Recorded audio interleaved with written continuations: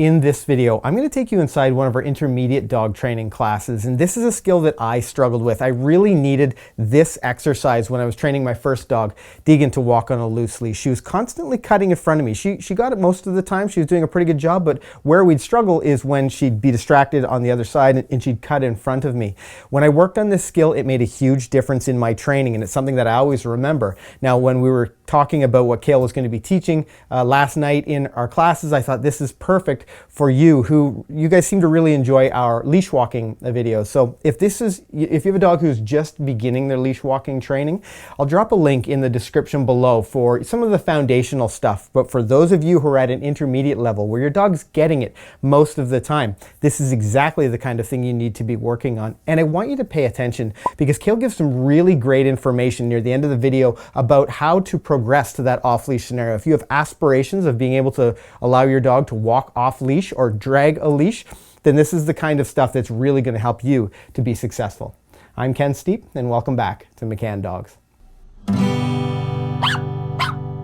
I want to show you an exercise that you can actually do with your dog to teach your dog to kind of rock back and stay out of your side. Now, this is something I've had to do a lot with this dog. Not so much because he's like cutting me off to be bratty. He just thinks that everywhere you go in life should be done like Mach 10 with your hair on fire, like as fast as you possibly can. So I had a lot of problems when I was walking with him sort of walking slightly in front of me. Sometimes he wants to turn around and like walk backwards and stare at my face, which is like not a nice way to go for a walk with the dog.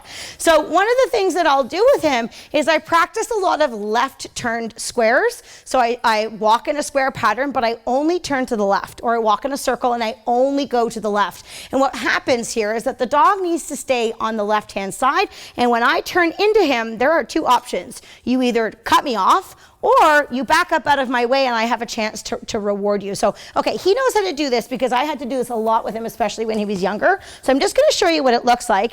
And then maybe my demo dog will help me out and be my demo dog, do you think? Okay, yeah, he's worked good for me in the past. So I'm gonna have him sit at my side. I'm just gonna tell him, let's go. Good boy, get back. That's it, good. And I'm just, get back, that's it, yay, good boy, get back. Yeah, that was a good one. So see how he's sort of moving out of my way? Get back. Yes, good boy, get back. Yay, good for you. So when you first do this, you're gonna find it doesn't look quite as easy as that. Now I've put this on a command for my dog. I tell him get back. You can say whatever you want, but that way if I'm walking and he starts to get a bit ahead of me, hey, get back, get back. Yes, it helps him just to sort of back off away from me a little bit. Okay, I'm gonna use it on Baxter for a second because hopefully he doesn't know what's happening and he'll make a more, okay, lie down, a more normal response from a dog that knows. Hi, Baxie. Come here, my love. Hello. Do you remember us playing our games together? Oh, okay. Get in. Sit. Slam's very jealous. Okay, so I have a little bit of food in my hand to help him here. I'm going to gather my leash up, and I'm going to tell him let's go, and I'm going to just start with doing some big circles to the left. And as I tell him get back, there's two ways that I can help him. Number one, I could use a bit of food on his nose. Number two is I can have my leash gather up a little bit more, and if he starts to barge in front of me, I'm going to take my left hand, and I'm just going to bump him back. Oh, yes, look at that. Back behind me. So do you see how responsive he was even just to that? He actually scooted back in his sit when he felt that on his leash. That was a very smart dog. Okay, I'm actually not going to hold food because I want to make it a little harder. Okay, Bax, let's go. Good boy. I'm going to try moving into him. Oops, get back. Good. Get back. Good boy. Oops. Get back. Good. Let's go. Good boy. Get back. Yes, that was pretty good. Let's go and turn into him. Let's go. Yes, good. Let's go. Good. Oops, get back. That's it. Get back. Good boy. There. Good. Get back. Yes, good. Okay, right in here. Yay! Good for you. So, sometimes you feel a little bit dizzy as you're moving because you're going in a circle. But what's nice about this is that the dog really learns to settle in. Do you see as I kept going, he started to give me a little bit more eye contact? Okay, a little bit more attention. Now the corrections when you do this are not strong. They're very gentle. They're sort of a bop on the leash to get the dog back. And a big thing that I'm using to help him is the turning of my shoulder. So as I say, let's go, and I go to move, I'm rocking that shoulder back to help him get out of the way. And if I need to, putting my left hand on the leash to guide him into position. Once he's walking at my side though, you'll notice my left hand came off the leash. I don't hold the dog as we're going around. I use the leash and then I make it loose again. So, oh yes, so I have an opportunity to reward him for paying into me, okay? That was such a good boy. So let's go ahead and give this a try. Let's see. I wonder if we should just try one side at a time, only because you're going to be walking with your heads down, all walking in the same direction, so you don't bop into one another. So let's just let him settle in with you. Let's work this side first. Come on, baby. Such a good dog.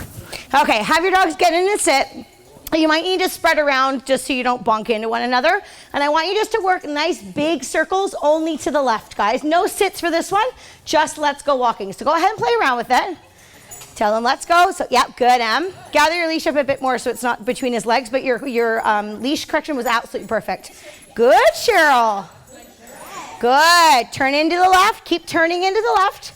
And if your dog moves out of the way, yes, Timmy, what a good boy. Good, and turn it. So, Cheryl, I would use your leash there. And then try to turn only to the left, hon. Yeah, only to the left. Good. Ron, that looks great. Good. Yeah, keep turning to the left. Yes, good, Em. Did you see that? Yes, that was a good dog. Okay, you guys look great. Work your walking right back to your chairs. That was excellent. Let's give the three of you guys a try. You can go ahead and get your dog sitting. That was really good, guys. It's weird to only go to the left, I know, but just we're going to see if the dogs will settle in behind us. So when you're ready, come out, circle to the left, square to the left, whichever you'd like. Give it a try. Leash is in the right, but if you need to bop him back with your left hand on the leash, you can do that. And then once he's there, Jay, you can take your left hand off. There, yes. Good boy. Let's go, good. Good, Jen, put the leash in your right hand and then use the left hand on the leash to adjust. There you go. Yeah, perfect. And then you can take your left hand off because he is absolutely amazing right now. Good dog. Yep, pick up the pace. He's doing awesome. Yep, turn into him. Good. And then take your left hand off if he's doing it right. Yes, good. Good boy. Good, Jen. Nice. Super. Okay, you guys stay out there for a second and have your dogs sit. If the opposite happens, if you're walking and your dog starts to cut in front of you, I told you what to do. But another thing that I just saw is when you're walking, sometimes the dogs are starting to drift away.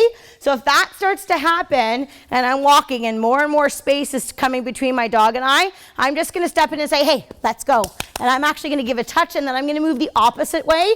And as my dog responds to that and she starts to move back into my side, yes, and then I can reward. Try not to be so sort of tentative. Just get on it, move away from them, and that usually sucks them right back in towards you again, okay? So let's switch groups. If you were walking, you're gonna hang out. If you were sitting and waiting, you guys are gonna walk all over now. Try to drag your leashes if you can. And again, I want you to focus on your dog's movement. Help them to know where you want them to go by getting in there, touch, voice, all that stuff. Okay, go ahead, guys. Wait, let's go. Good. And then Em, I'm going to have you just work your sit there for a second. That's okay. Let's go. That's it. Good, Jen. Good. Okay, let's go. There she is. Now reward her. Yes, that's better. Good girl. Keep your pace up, guys. Walk like you're in charge. That's it. Let's go.